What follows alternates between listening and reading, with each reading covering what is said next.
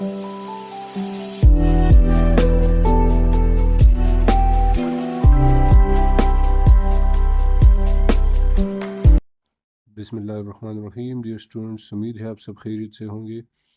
तो आज स्टार्ट करते हैं अलजबरा। तो इस वीडियो में हम अलजबरा के बेसिक्स पे बात करेंगे कि अलजबरा क्या है, और इस चैप्टर में यानी algebraic expressions and algebraic formulas, इस चैप्टर में हम क्या पढ़ेंगे। तो चलिए स्टार्ट करते हैं अलजबरा का बेसिक डेफिनेशन और इंट्रोडक्शन।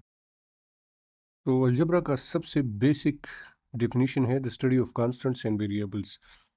इसके बाद हम अलजबरा में पढ़ेंगे कि कांस्टेंट और वेरिएबल को आपस में प्लस कैसे करते हैं, माइनस कैसे करते हैं, मल्टीप्लाई, डिवाइड, ये सारे ऑपरेशंस इसमें आ जाते हैं।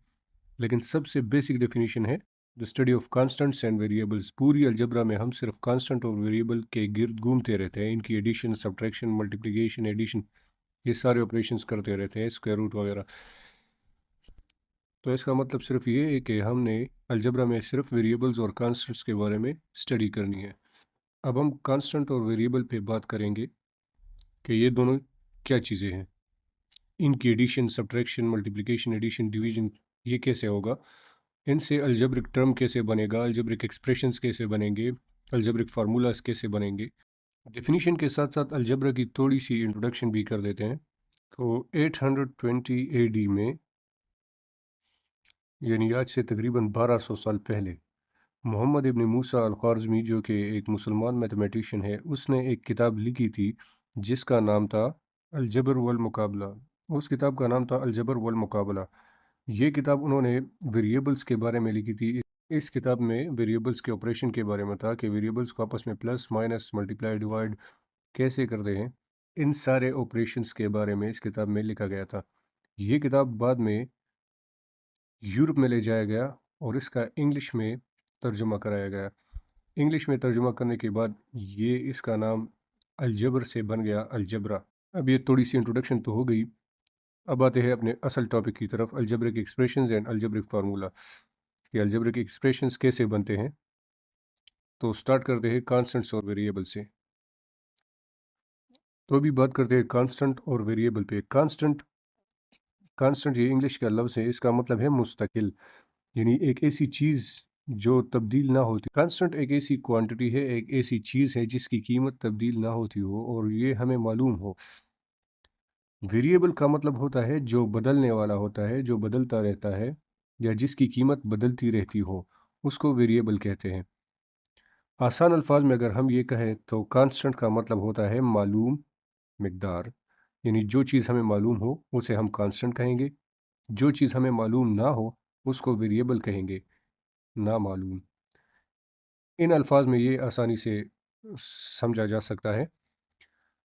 तो मालूम, मिसाल के तौर पे ये है 1 2 3। ये कीमत हमें मालूम है कि 1 का मतलब क्या होता है, एक चीज़। 2 का मतलब क्या होता है, ये कीमत भी हमें मालूम है। 3, इसकी कीमत भी हमें मालूम है कि 3 क्या चीज़ है। अब इन तीनों को हम प्लस भी कर सकते हैं क्योंकि ये हमें मालूम है 1 और 2। इन सब को जब हम प्लस करेंगे तो 6 आएगा क्योंकि ये हमें मालूम है कि ये आपस में प्लस हो सकते हैं। अब वेरिएबल एक ऐसी चीज़ जो हमें मालूम ना हो या जिसकी कीमत हमें मालूम ना हो, उसको वेरिएबल कहते हैं। तो वेरिएबल के लिए हम इस तरह नंबर्स तो इस्तेमाल नहीं कर सकते। इसके लिए इंग्लिश अल्फ़ाबेट्स इस्तेमाल होते हैं, जैसे कि ABC या ए से लेकर Z तक जो भी वेरिएबल्स हैं। इसके अलावा और निशानात भी इस्तेमाल हो सकते हैं, फॉर एग्ज़ाम्पल अल्फ़ा, बीटा। तो आसानी के लिए हम स्टार्ट करेंगे इंग्लिश अल्फ़ाबेट से, A B C up to Z। तो ये ऐसी चीज़ है जिसकी कीमत अभी हमें मालूम नहीं है, हमें पता नहीं है कि ये कितनी चीज़ें हैं, हमें ये भी पता नहीं है कि ये कितनी चीज़ें हैं। तो वेरिएबल यानी जो चीज़ हमें मालूम ना हो उसके लिए हम इस्तेमाल करेंगे इंग्लिश अल्फ़ाबेट्स। अब यहाँ पे 1 2 3, ये 3 नंबर्स आपस में एक दूसरे से बिल्कुल मुख्तलिफ हैं। 1 2 3 बिल्कुल मुख्तलिफ है एक दूसरे से, लेकिन हमें ये मालूम है कि ये कितनी चीज़ें हैं, ये कितनी चीज़ें हैं, ये कितनी चीज़, और इन सब को आपस में जब हम प्लस करेंगे तो इससे आंसर क्या आएगा। लेकिन जब हम इसी तरह वेरिएबल्स लेंगे, 3 मुख्तलिफ वेरिएबल्स, फॉर एग्ज़ाम्पल एक वेरिएबल ले लिया A, दूसरा ले लिया B, तीसरा ले लिया C। जिस तरह हमने कांस्टेंट्स को आपस में प्लस किया है तो इस इन्हें भी प्लस कर लेते हैं। अब यहाँ पर चूंकि हमें ये मालूम नहीं है कि ये क्या है, ए बी सी ये क्या चीज़ है, तो इसलिए हम इन्हें प्लस नहीं कर सकते, क्योंकि ए की जगह 2 आ सकता है, बी की जगह कुछ भी आ सकता है, फॉर एग्जांपल √2, और सी की जगह भी कोई भी नंबर आ सकता है, फॉर एग्जांपल 2 आयोटा। तो ये मैंने 2 को 3 शक्लों में लिख लिया है, लेकिन हमें ये मालूम है कि इन दोनों को आपस में प्लस नहीं किया जा सकता, ना ही इन दोनों को प्लस किया जा सकता है और ना ही इन दोनों को प्लस किया जा सकता है। तो ये एडिशन अब पॉसिबल नहीं है। तो इसलिए हम वेरिएबल्स को आपस में इस तरह प्लस नहीं कर सकते कि इससे एक आंसर आ जाए। जब तक वेरिएबल की वैल्यू फाइंड ना हो, जब तक वेरिएबल की कीमत मालूम ना हो, तब तक हम इसे प्लस नहीं कर सकते। तो अभी वेरिएबल्स की कुछ एग्जांपल्स पढ़ लेते हैं। यानी ऐसी चीज़ जो बदलती रहती हो, जिसकी कीमत बदलती रहती हो, उसमें सबसे पहला होता है टाइम, वक्त। ये हमेशा बदलता रहता है। इसके अलावा स्पीड, इसके अलावा टेम्परेचर। ये कुछ एग्जांपल्स हो गई वेरिएबल्स की। तो इससे पहले हमने मुख्तलिफ कांस्टेंट्स के, यानी जिस तरह हमने किया था 1 2 3, ये तीनों मुख्तलिफ थे। इसी तरह हमने यहाँ पे वेरिएबल्स को ऐड किया था, a + b + c, ये तीनों भी आपस में एक दूसरे से बिल्कुल मुख्तलिफ थे। तो भी ऐसा करते हैं कि एक जैसा कांस्टेंट या एक जैसा वेरिएबल आपस में ऐड कर लेते हैं 2-3 मरतबा। कांस्टेंट में फॉर एग्जांपल हम ले लेते हैं 2 2 2 2। तो यहाँ पे ये 2 4 मरतबा आया है। अगर हम इसकी एडिशन करें, यानी इनको जमा करें, तो इनका आंसर भी इसी तरह आएगा 2। लेकिन ये 2 कितनी मरतबा है, 1 2 3 4। तो इन सब को गिन के इनकी तादाद यहाँ पे इस तरह लिख लेते हैं 4, और इसको आपस में मल्टीप्लाई करना है। ये 2 आया है 4 मरतबा, 2 आया है 4 मरतबा, या इस तरह हम कहेंगे कि 2 को हमने ऐड किया है 4 मरतबा, तो इससे आंसर आता है 8। अगर हम इनको मल्टीप्लाई करें 4 मरतबा लिखने के बाद इनको आपस में मल्टीप्लाई करना है, तो इसका आंसर भी इसी तरह आएगा 2। लेकिन इसको गिन लो 1 2 3 4। अब यहाँ पे जो 4 आया है, ये जो 4 आया है, गिनने के बाद ये वाला 4 हम 2 के ऊपर लिखेंगे, और इससे आंसर आता है 16। यानी 2 को हमने 4 मरतबा मल्टीप्लाई किया है, 4 मरतबा लिख के मल्टीप्लाई किया है। इस 4 का मतलब है कि 2 को हमने 4 मरतबा प्लस किया है, और इसका मतलब ये है कि 4 मरतबा हमने 2 को मल्टीप्लाई किया है। यहाँ पे जो 4 आया है, ये रिप्रेजेंट करता है, ये शो करता है रिपीटेड एडिशन। इसका मतलब ये है कि 2 को 4 मरतबा रिपीट किया गया है और उसके बाद आपस में प्लस किया गया है। यहाँ पर ये जो नंबर है, ये शो करता है रिपीटेड मल्टीप्लिकेशन। तो इसका मतलब ये है कि 2 को हमने 4 मरतबा रिपीट किया है, बार बार लिखा है और उसके बाद आपस में मल्टीप्लाई किया है। Repeated multiplication, repeated addition. तो इसी तरह हमने वेरिएबल्स भी, जिस तरह यहाँ पे 2 4 मरतबा लिखा गया है, कोई भी वेरिएबल ले लेते हैं, फॉर एग्ज़ाम्पल y ले लेते हैं। y को हमने 4 मरतबा लिखना है, उसको आपस में प्लस करना है, इससे आंसर y ही आएगा। जिस तरह यहाँ पे 2 आया है, लेकिन 2 4 मरतबा है, तो इसी तरह y भी 4 मरतबा होगा, तो इससे आंसर आएगा 4y। यहाँ पर हम 2 और 4 को जानते हैं, इसलिए हम इसको मल्टीप्लाई कर सकते हैं, लेकिन y का हमें पता नहीं है क्योंकि ये एक वेरिएबल है, तो ये इसी शक्ल में रहेगा 4y। इसी तरह बिल्कुल इसी तरह अगर y को 4 मरतबा लिखने के बाद मल्टीप्लाई किया,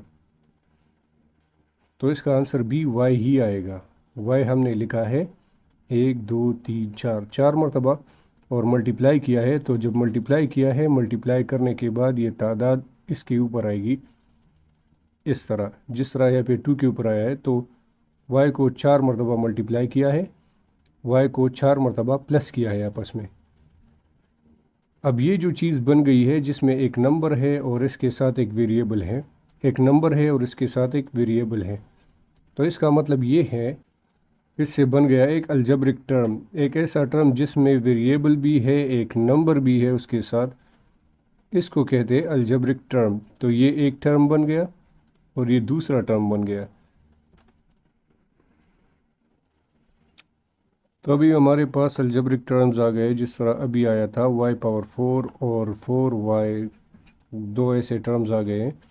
अगर हम इनको आपस में प्लस करें या माइनस करें तो ये जो कम्बिनेशन बन गई, ये जो चीज़ बन गई इससे, चले ये प्लस में ले लेते हैं या फिर माइनस में भी ले सकते हैं। अभी ये जो चीज़ बन गई है इसको कहते हैं अलजेब्रिक एक्सप्रेशन। अब ये दोनों हैं अलजेब्रिक टर्म्स, लेकिन ये जब आपस में मिलते हैं प्लस माइनस मल्टीप्लाई डिवाइड से, तो फिर इनको कहा जाता है अलजेब्रिक एक्सप्रेशंस। तो अब ये एक्सप्रेशन बन गया। अब इस एक्सप्रेशन में हमारे पास वेरिएबल है, उसके ऊपर पावर है, वेरिएबल है और उसके साथ एक कोफिशिएंट है। तो अभी पढ़ते हैं अलजेब्रिक टर्म। अलजेब्रिक टर्म क्या चीज़ है? The combination of constants and variables by multiplication makes an algebraic term.